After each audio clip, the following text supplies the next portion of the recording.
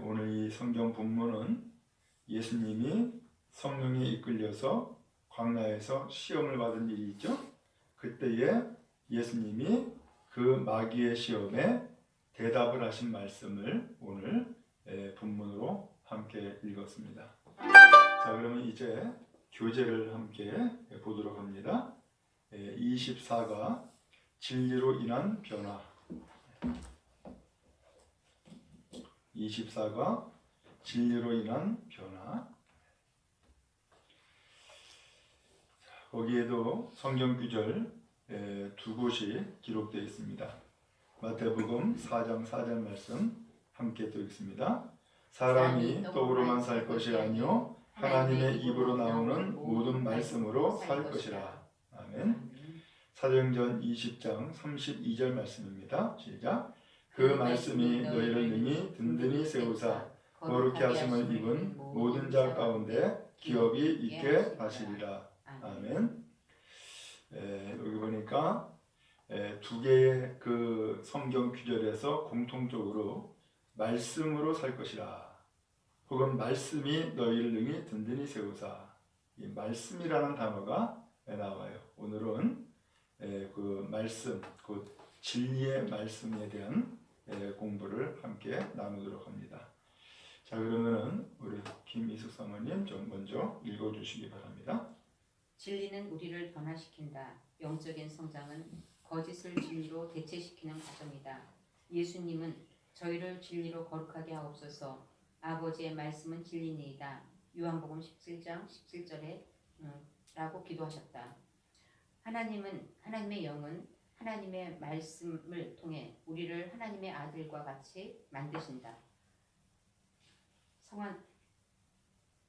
성화는 계시를 필요로 한다. 예수님과 닮아가기 위해서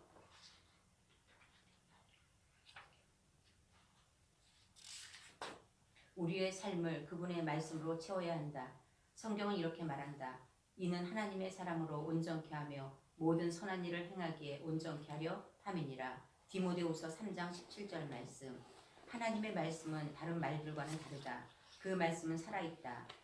예수님은 내가 너희에게 이른 말이 영이요 생명이라. 요한복음 6장 63절에 말씀하셨다. 하나님이 말씀하실 때 세상의 것들이 변한다. 우리 주위에 있는 모든 피조물이 하나님이 존재하라고 명하셨기 때문에 존재하고 있는 것이다. 그분이 모든 것을 말씀으로 존재하게 하셨기 때문에 하나님의 말씀 없이 우리는 살아있지도 못할 것이다. 예수님은 그가 그 조물 중에 우리로 한 천 열매가 되게 하시려고 자기의 뜻을 쫓아 진리의 말씀으로 우리를 낳으셨느니라. 야고보서 1장 18절에 지적하신다. 예, 일단 거기까지요. 거기 첫 문장이 진리는 우리를 변화시킨다, 이렇게 표현했어요. 우리가 예수를 믿고 있지만 모든 사람들이 공통적으로 원하는 바가 있어요. 그것이 뭐냐면은 변화예요. 변화는 곧 새로워지는 거예요. 우리는 다 변화되기를 원하고 변화받기를 소망해요. 근데 변화되기를 원하지만 무엇이 나를 변화시키는지, 어떻게 하면 변화가 되는지 잘 몰라요. 근데 오늘 책은 우리를 변화시키는 것이 무엇인가를 분명하게 먼저 알려주고 있죠. 뭐라 그랬어요? 진리는 그랬어요. 진리는 우리를 변화시킨다. 그럼 도대체 진리가 뭘까? 진리가 뭘까? 그 요한복음 17장 17절에 예수님이 이렇게 말씀했어요. 저희를 진리로 거룩하게 하옵소서. 아버지의 말씀은 진리이다. 그랬어요. 진리가 뭐래요? 말씀이래요. 아버지의 말씀이 곧 진리다 라고 했어요. 이 진리가 오늘 우리를 거룩하게 한다는 거예요. 곧 변화되게 한다는 거예요. 그래서 첫 번째 문장에 진리는 우리를 변화시킨다라고 하는 이야기를 한 것을 알 수가 있죠. 그런 의미에서 오늘 우리도 공통적으로 변화되기를 원하는데, 곧 거룩한 삶을 살아갈 수 있기를 원하는데, 무엇이 우리를 변화시킨다고요? 말씀. 이 말씀이 우리를 변화시킨다. 이것을 기억하시기 바랍니다. 자, 그래서 거기 페이지 243페이지 마지막 줄에 보면은 예수님과 닮아가기 위해서 우리의 삶을 뭘로 채우라고요? 그분의 말씀으로 채워라. 오늘 정말로 예수를 닮기 원하면, 곧 거룩해지기를 원하면, 곧 변화되기를 원하면 오늘 우리의 삶을 뭘로 채워라? 말씀으로 채워라. 그것이 변화되는 길이다 라고 표현을 했어요. 그래서 그 다음 문단에 보면은 하나님의 말씀은 다른 말들과 다르다. 그 말씀은 살아있다. 예수님은 요한복음 6장 63절에서 내가 너에게 이른 말이 영이요 생명이다. 이렇게 표현을 했어요. 곧 우리에게 주신 그 말씀이 영이고 생명이라는 거예요. 곧 말씀이 영이고 생명이다. 이것을 예수님이 우리에게 주었다라고 말씀하고 있는 거예요. 자, 그러면은 그 다음에 성경은 우리 이성화 청년 좀 읽어주시기 바랍니다. 성경은 단순한 교리 안내서가 아니다.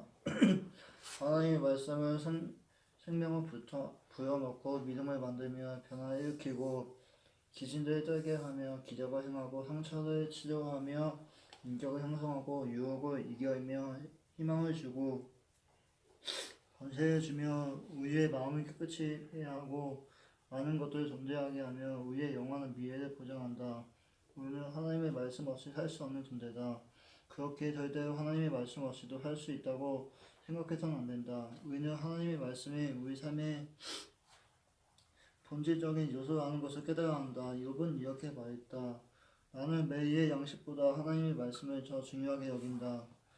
하나님의 말씀은 우리의 목적을 이루기 위해 꼭 필요한 것, 가장 중요한 영적인 영양분이다. 그래서 성경은 우리의 우유, 빵, 요리, 그리고 달콤이 영양분이다. 그래서 달콤한 디저트를 부르는 것이다.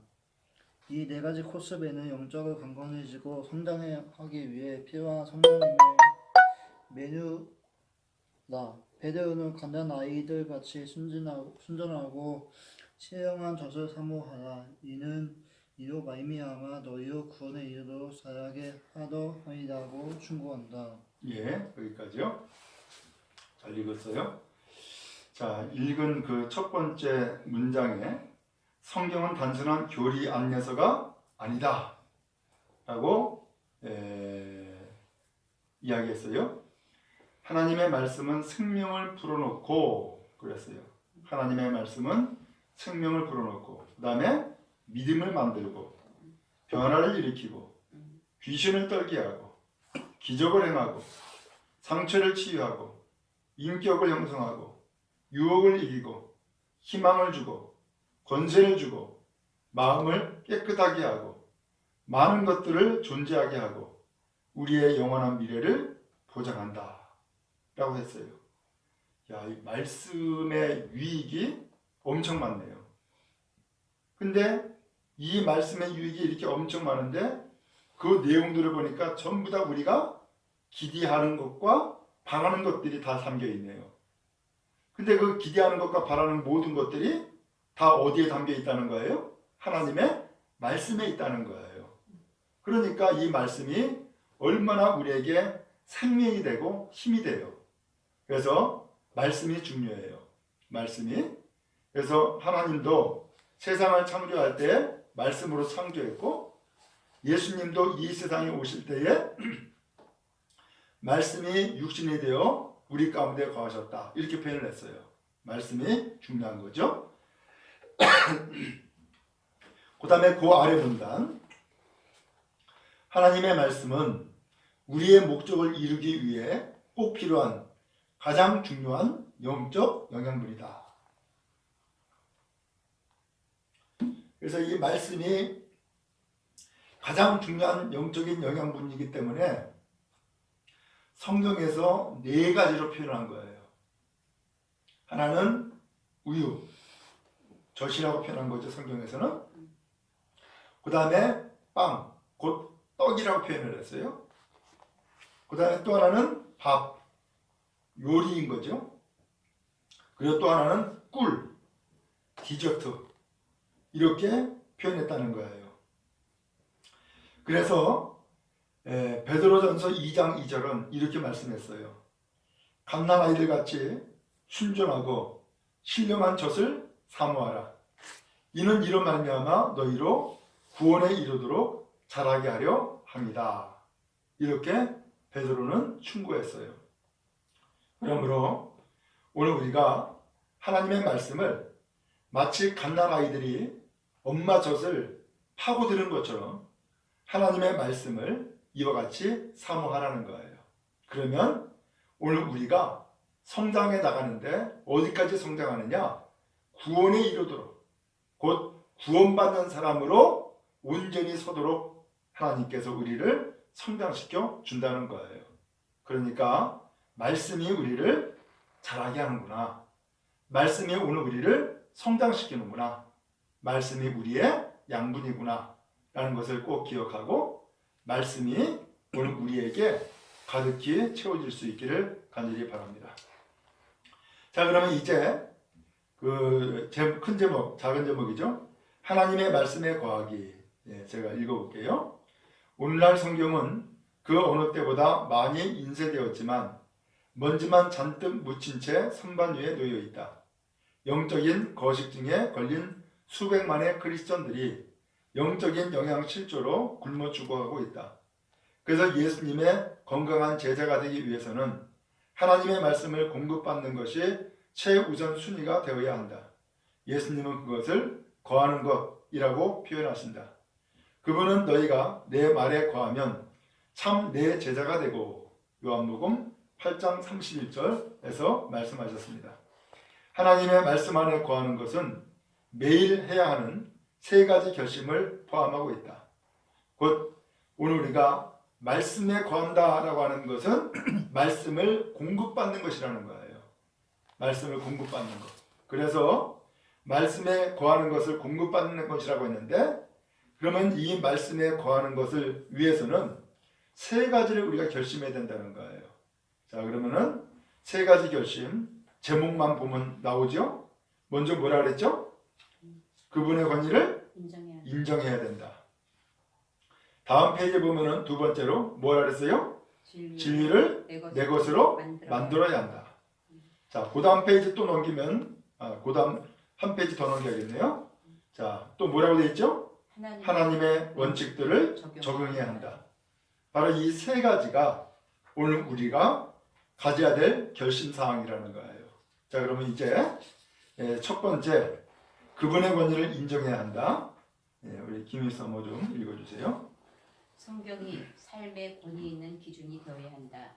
방향 설정을 위한 나침판, 현명한 결정을 내리기 위한 상담자, 그리고 모든 것을 평가할 때 필요한 기준이 되어야 한다. 성경은 항상 우리 삶에서 처음과 마지막에 고려하는 것이어야 한다. 우리가 하는 잘못은 대부분 신뢰할 수 없는 권위를 바탕으로 결정을 내리기 때문에 발생한다. 문화, 모두가 그렇게 하니까, 전통, 항상 그렇게 해왔으니까, 이성, 논리적이니까, 또는 감정, 옳은 일처럼 느껴져서에 의존한다. 이 네 가지 모두는 인간의 타락으로 망가진 것들이다. 우리에게 필요한 것은 완벽한 기준이고 그것은 우리를 절대로 잘못된 길로 인도하지 않는다. 오직 하나님의 말씀만이 그 필요를 채운다. 솔로몬은 우리에게 하나님의 모든 말씀은 오점이 없다는 것을 상기시켜준다.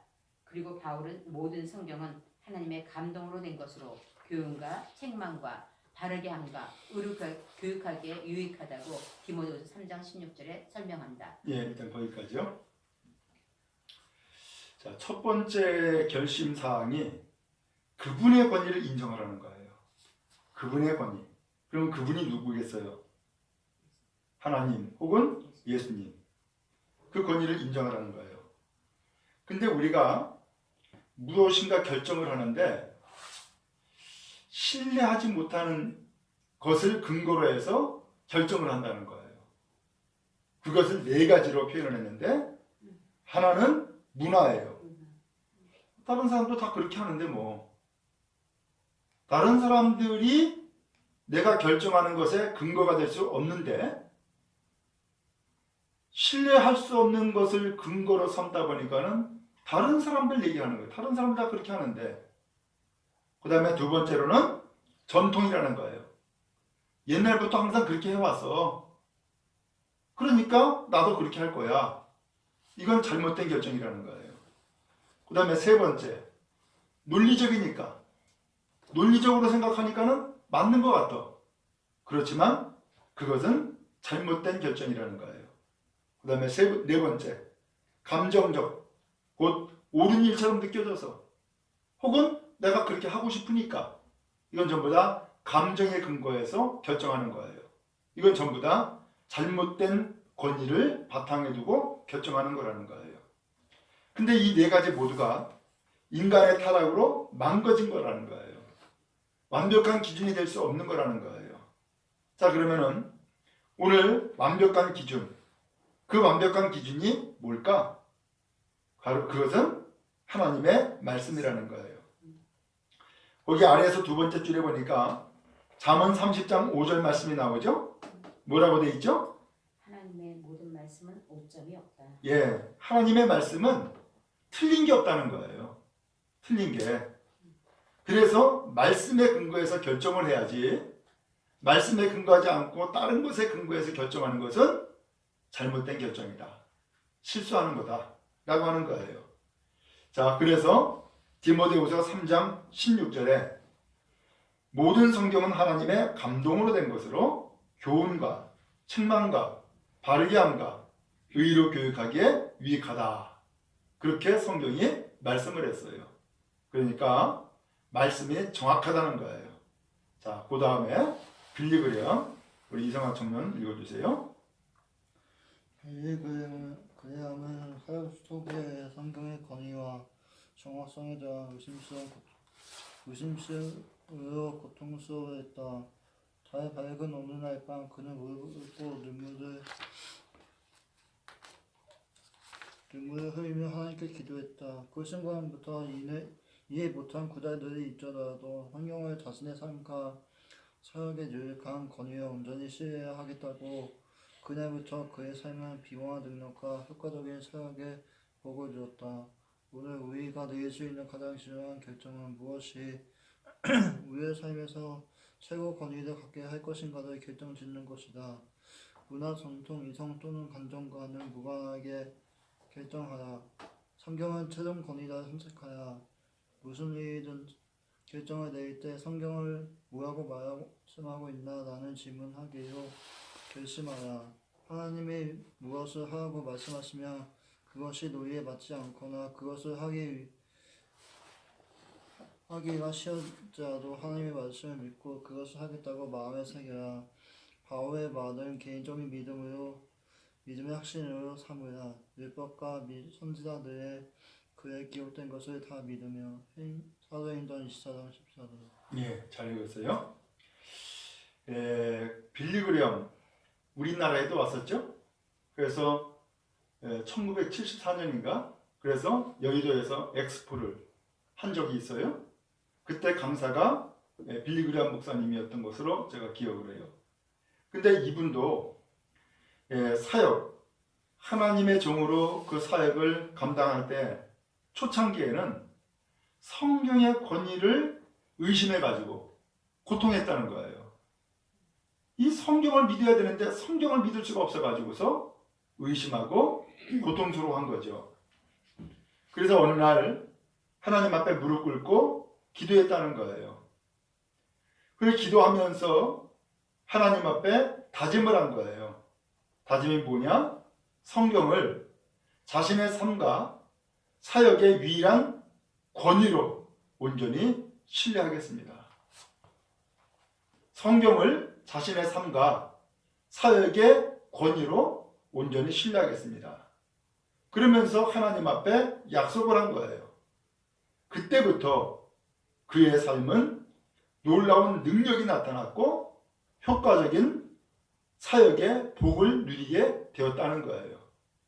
오늘 이 표현을 왜 빌리그리암 이야기를 하고 있어요? 우리도 정말로 변화되기를 원한다 그러면은 하나님 앞에 다짐을 해야 되겠죠. 뭐라고 다짐해야 되겠어요? 성경을 나의 삶과 나의 사역의 유일한 권위로 신뢰하겠습니다. 성경 말씀을 믿겠습니다.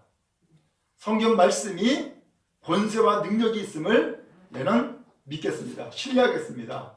라고 하나님 앞에 기도했다는 거예요. 오늘 우리도 중요한 결정을 내려야 되는데 내 삶의 가장 확실한 권위는 뭐냐라는 거예요. 내 삶을 결정하는 가장 확실한 권위. 그 가장 확실한 권위가 뭐가 돼야 된다는 거예요? 성경이라는 거예요. 성경. 하나님의 말씀. 그래서 하나님, 이 성경이 하나님이신 말씀인 것을 내가 믿겠습니다. 내가 무엇인가 결정을 할 때 혹은 무엇인가 판단을 할 때에 하나님의 말씀을 근거로 해서 내가 결정하고 판단하겠습니다.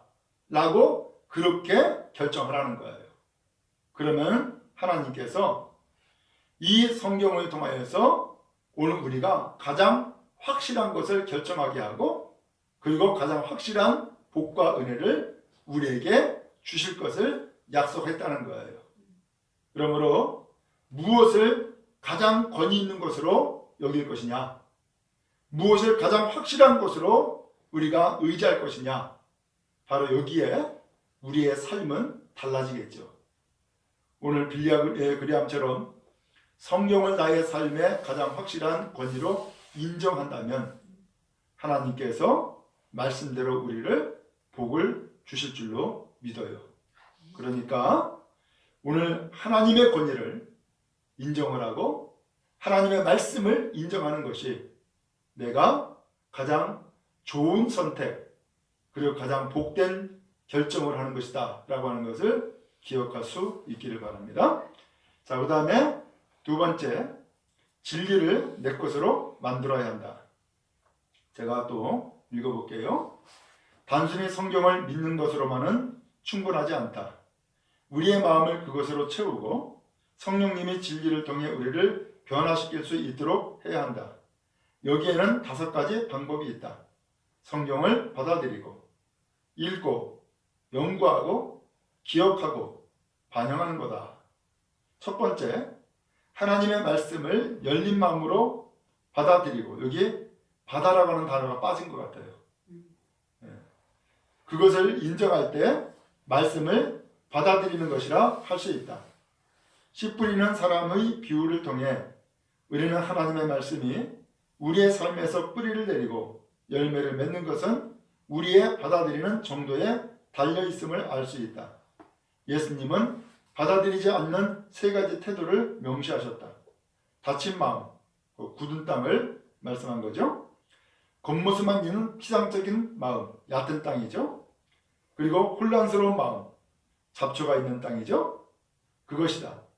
그리고 그분은 너희가 얼마나 주의 깊게 듣는지 생각해 보라고 말씀하신다. 설교나 성경 공부를 통해 아무것도 배우는 것이 없다고 느낄 때마다 우리는 스스로의 태도, 특히 교만함에 대해 검토해 보아야 한다. 하나님은 우리가 겸손하고 받아들이는 자세로 있을 때 가장 지루하게 가르치는 교사를 통해서도 가르침을 주신다. 야고보는 이렇게 충고한다. 그러므로 더러움과 넘치는 악을 모두 버리고 온유한 마음으로 여러분 속에 심어주신 말씀을 받아들여야 합니다. 그 말씀에는 여러분의 영혼을 구원할 능력이 있습니다. 야고보서 1장 21절. 자, 두 번째로 오늘 우리가 가져야 될 결심은 진리를 내 것으로 만들라는 거예요. 그럼 이 진리가 뭐라 그랬죠? 말씀이죠. 말씀을 내 것으로 만들라는 거예요. 그러면 이렇게 진리를 내 것으로 만들기 위해서는 그리고 좀 더 다른 표현으로는 성령님이 오늘 우리를 통해 진리를 통해 우리를 변화시킬 수 있도록 만들어 나가야 되는데, 그러려면 5가지 방법이 있는데 그 첫 번째가 성경을 받아들이라는 거예요.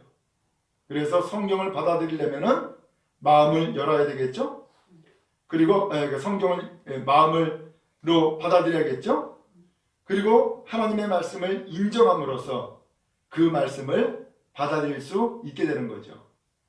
그러니까는 받아들이는 것이 중요한데, 성경을 곧 말씀을 하나님의 말씀으로 받아들일 때에 오늘 여기서부터 변화가 시작되어진다는 거예요. 근데 성경을 읽어도 하나님의 말씀으로 받지 않고 설교를 들어도 하나님의 말씀으로 받지 않으면 아무런 변화가 일어나지를 않는 거죠. 현대인들에게 참 맹점이 한 가지가 있어요. 뭐냐면은 설교를 평가해요. 그 다음에 성경 공부를 평가한다고요. 그래서 내게 들려지면은 그 말씀이 좋다고 생각을 하고, 내게 들려지지 않으면은 그 말씀이 안 좋다고 생각을 해요. 성경 공부를 하는 것도 마찬가지예요. 내 마음에 와 닿으면 그 성경 공부 좋다고 하고, 내 마음에 와 닿지 않으면은 성경 공부 의미 없다고 얘기를 해요. 그러면서 뭐 하느냐? 아무것도 배울 것이 없어. 아무런 느낌도 없어. 들을 필요가 없어. 이렇게 된다는 거예요. 이것을 통하여서 특별히 우리의 태도, 교만함을 다시 한번 되돌아봐라 라고 하는 거예요. 우리의 태도가 잘못된 것은 아니냐, 우리가 교만함이 있는 것은 아니냐 라고 하는 것을 한번 되돌아보라는 거예요. 야고보는 말씀했죠. 그러므로 더러움과 넘치는 악을 모두 벗어버리고 온유한 마음으로 여러분 속에 심어주신 말씀을 받아들여야 합니다. 그 말씀에는 여러분의 영혼을 구원할 능력이 있습니다. 야고보서 1장 22절 말씀이에요. 그러므로 오늘 먼저 성경 말씀을 받아들여야 되는데, 잘 받아들일 수 있도록 우리의 마음은 열려 있어야 되고, 오늘 우리의 태도는 겸손함으로 말씀을 받는 자세를 가져야 되겠죠. 자, 그 다음에 두 번째예요. 김일성을 읽어주세요. 둘째, 2000년 역사 대부분의 시간 동안 성직자들만이 개인적으로 성경을 읽을 수 있었다. 하지만 이제 수십억의 사람들이 성경을 읽을 수 있게 되었다. 그럼에도 불구하고 많은 믿는 사람들이 성경을 읽는 것보다 일간지를 읽는 것에 더 열심을 내는 사실을 생각하면 우리가 성장하지 못하는 것은 놀라운 일이 아니다. 텔레비전을 3시간 보고 성경은 3분 읽으면서 영적인 성장을 기대할 수 없다. 성경을 표지에서 표지까지 믿는다고 주장하는 사람들 가운데 대부분은 성경을 처음부터 끝까지 읽지도 않았다. 하지만 만일 15분씩 매일 성경을 읽는다면 1년이면 성경 전체를 읽을 수 있을 것이다. 하루에 30분짜리 텔레비전 프로그램을 하나 안 본다면 1년 동안 성경 전체를 2번이나 읽을 수 있게 된다.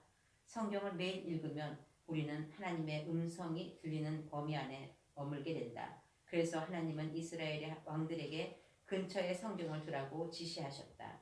항상 지니고 매일 읽어야 한다. 성경을 근처에 두기만 하지 말라. 규칙적으로 읽으라. 성경 읽기 계획을 세우는 것이 도움이 된다. 그러면 임의대로 여기저기 읽지 않고 어느 한 권도 빠뜨리지 않게 된다.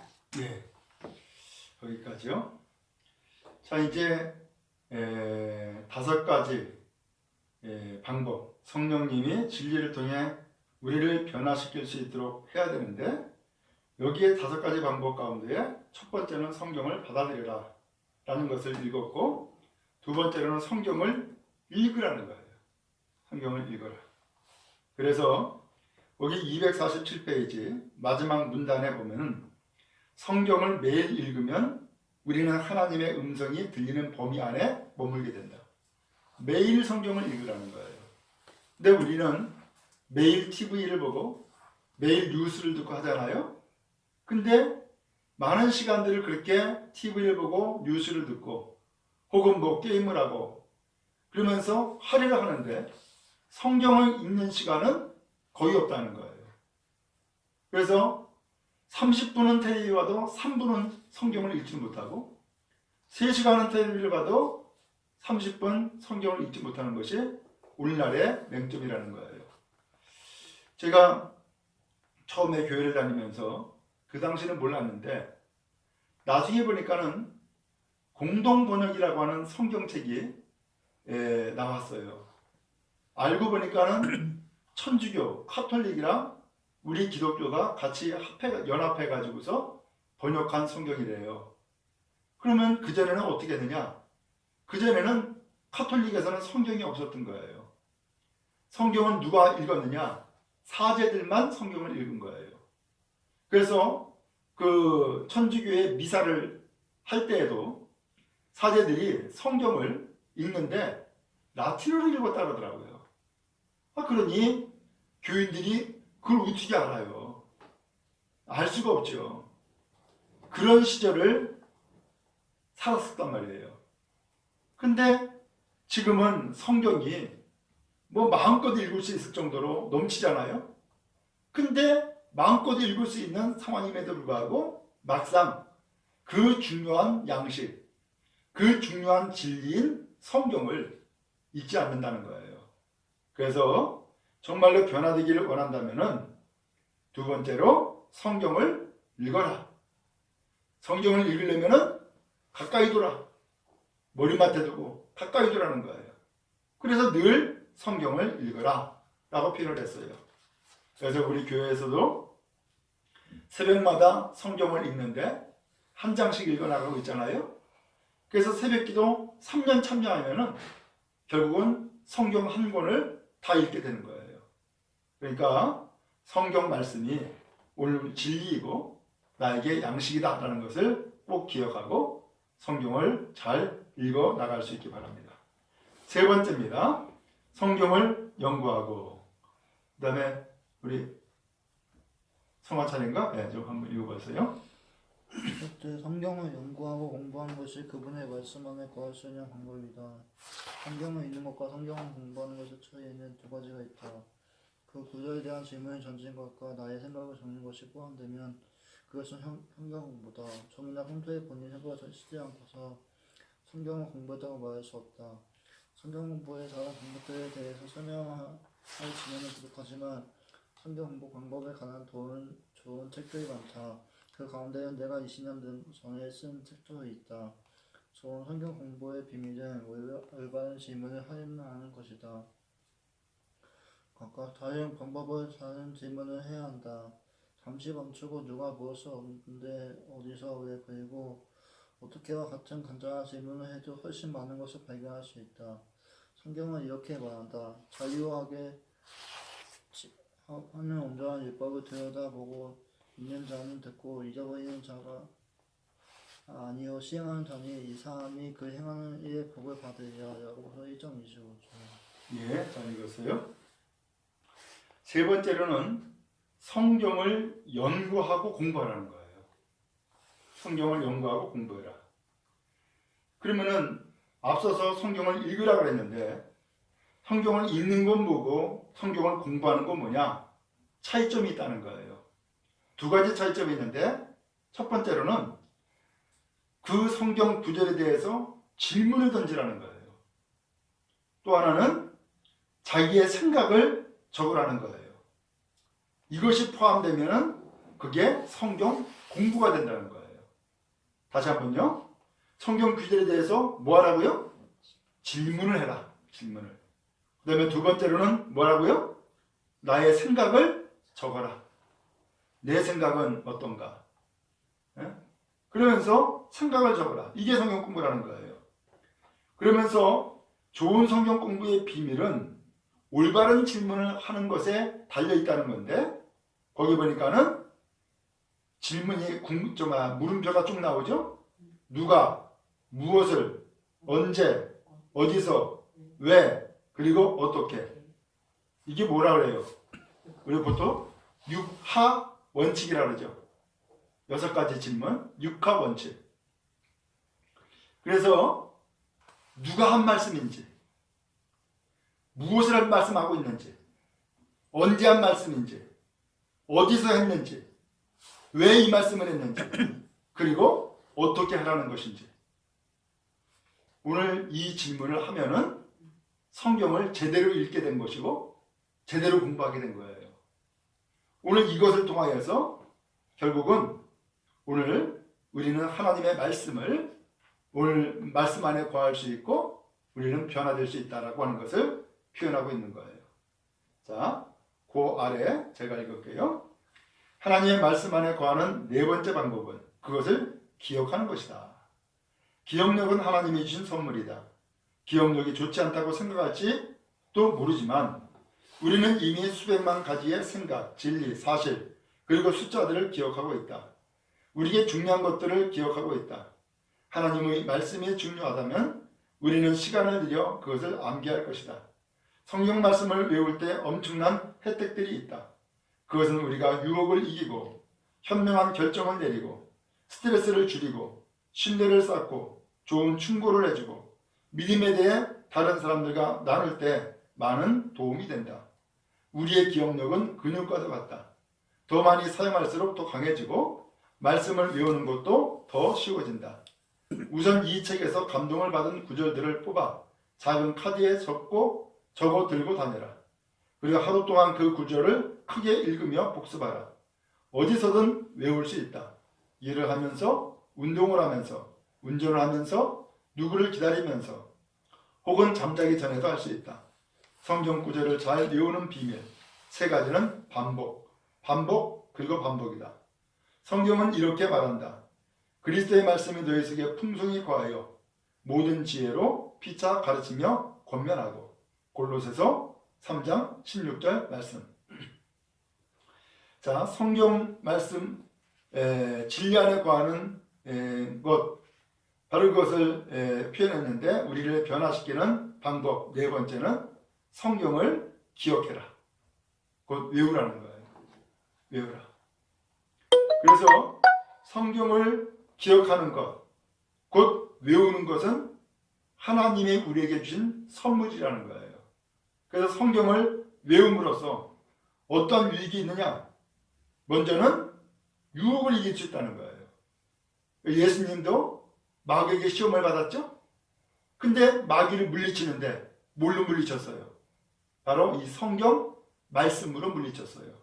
그래서 오늘 본문에 그 교시 나오죠? 사람이 떡으로만 살 것이 아니요 하나님의 입에서 나온 모든 말씀으로 말미암아 살리라. 그렇게 말씀했어요. 그게 성경 신명기에 나오는 말씀이에요.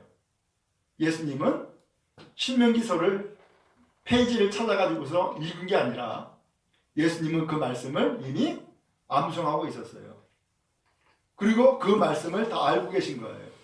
그래서 그 말씀을 가지고 마귀의 시험을 물리쳤어요. 그리고 이 성경은 현명한 결정을 내리게 하고 스트레스를 줄이고 신뢰를 갖게 하고 좋은 충고를 해주고 그 다음에 믿음에 대해서 다른 사람들과 나눌 때에 많은 도움을 준다는 거예요. 그러니까 말씀을 외우면 그 말씀이 누구 것이 돼요? 내게 되는 거예요. 그것이 나에게 주신 말씀, 내 말씀이 되는 거예요. 그러므로 오늘 우리가 외우는 것, 바로 이것이 중요하다라는 거예요. 자, 그 다음에 다섯 번째 방법 또 읽어주세요. 하나님의 말씀 안에 관한 다섯 번째 방법. 하나님의 말씀 안에 관한 다섯 번째 방법은 그것을 반영하는 것이다. 성경은 이를 묵상이라고 부른다. 많은 사람들은 묵상하는 것을 마음을 비우고 이런저런 생각에 잠기는 것으로 여기는데 이는 성경이 말하는 묵상과는 정반대다. 묵상은 한 가지에 초점을 맞추고 생각하는 것이다. 그것은 엄청난 노력을 필요로 한다. 한 구절을 선택해서 계속 그 구절을 떠올리고 숙고하는 것이다. 11장에서 언급했듯이 걱정할 줄 안다면 묵상하는 방법도 이미 알고 있는 것이다. 걱정은 부정적인 것에 대해 계속 생각하는 것이다. 묵상은 우리의 문제 대신 하나님의 말씀에 초점을 맞춰 계속 생각하는 것이다. 우리의 삶을 바꾸고 예수님을 닮아가는데 날마다 성경을 묵상하는 것보다 더 유익한 것은 없다. 우리가 시간을 들여 하나님의 진리를 묵상하고 그리스도가 보여주신 모범들을 따를 때 우리는 주님과 같은 모습으로 변화하여 점점 더 큰 영광에 이르게 된다. 성경 속에서 하나님의 묵상에 대해 말씀하신 것들을 모두 찾아보면 하나님이 묵상하는 사람들에게 약속하신 유익함들로 인해 매우 놀랄 것이다. 하나님이 다윗을 내 마음에 합한 사람이라고 말씀하신 이유 가운데 하나가 다윗이 하나님의 말씀을 즐겨 묵상했기 때문이다. 다윗은 말했다. 내가 주의 법을 어찌 그리 사랑하는지요. 내가 그것을 종일 묵상하나이다. 시편 119편 97절. 하나님의 진리를 진지하게 묵상하는 것이 바로 응답받는 기도와 성공적인 삶의 비밀이다. 요한복음 15장 7절. 예, 여기까지요. 5번째 방법. 그게 뭐라 그랬죠? 그 말씀을 반영시키라는 거예요. 이 반영시키는 것을 다른 표현으로는 묵상이라고 표현을 했어요. 근데 우리가 묵상 그러면은 얼핏 무슨 생각을 하냐면은 묵도 생각을 해요. 묵도. 근데 이 묵도가 뭐예요? 마음을 비우고 그 다음에 깊은 생각에 잠기는 것. 이것을 우리가 보통 묵상이라고 생각을 해요. 그런데 성경에서 표현하고 있는 묵상은 그게 아니라는 거예요. 그 묵상은 무엇이냐? 오늘 우리의 문제 대신에 하나님의 말씀에 초점을 맞춰서 계속해서 생각하는 것. 그게 묵상이라는 거예요. 그래서 하나님의 말씀에 비추어서 우리의 문제를 계속해서 적용해 나가는 것. 이게 묵상이라는 거예요. 그러니까 오늘 묵상은 또 다른 표현으로는 적용이다. 라고 해도 되겠어요. 우리가 잘 기억할 수 있기를 바라고, 그 중간에 보니까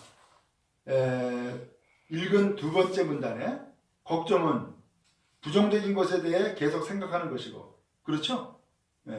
묵상은 우리의 문제 대신 하나님의 말씀에 초점을 맞춰 계속 생각하는 거다 라고 했어요. 아주 적절한 표현이라고 생각을 해요. 우리의 삶을 바꾸고 예수님을 닮아가는데 날마다 성경을 묵상하는 것보다 더 유익한 것은 없다 라고 표현을 했어요. 그리고 마지막 줄 뒤에서 2번째 보면은 하나님이 다윗을 내 마음에 합한 사람이다 라고 말씀했는데, 그 이유 가운데 하나가 다윗은 하나님의 말씀을 즐겨 묵상하겠다는 거예요. 그래서 이 다윗은 양치기였잖아요. 근데 양치기였는데 양에게 풀을 먹이면서 뭐 했느냐? 묵상했다는 거예요. 한밤에 양을 지키면서 뭐 했느냐? 묵상하고 하나님을 찬양한 거예요. 그래서 이 다윗은 날마다 하나님의 말씀을 가까이 했어요. 오늘 결국은 이 다윗은 승리했죠. 그리고 하나님 앞에 복을 받았죠. 오늘 우리도 그렇게 하자는 거예요. 그래서 말씀을 나의 삶에 적용을 하자. 묵상을 해라 라고 표현하고 있어요. 자, 그 다음에 3번째예요. 하나님의 원칙들을 적용해야 한다. 우리 성화청년 좀 읽어주세요. 말씀을 받아들이고 읽고 연구하고 기억하고 적용하는 것, 이 모두가 실천에 옮겨지지 않으면 모두 헛된 것이다. 우리는 말씀을 행하는 사람이 되어야 한다. 이것은 가장 힘든 단계인데 사탄이 매우 집요하게 방해를 하기 때문이다. 사탄은 우리가 배운 것을 실천에 옮기지 않으면 성경 공부를 하여 가는 것도 신경 쓰지 않는다. 단순히 말씀을 듣고 읽고 공부했다고 해서 그것을 내면화했다고 생각하는 것은 스스로를 속이는 것이다. 사실 우리는 다른 수업, 세미나 혹은 성경 학교에 참석하기 너무 바빠 배운 것을 실천할 시간이 없다. 다음 성경 공부 모임에 가는 동안 다 잊어버린다.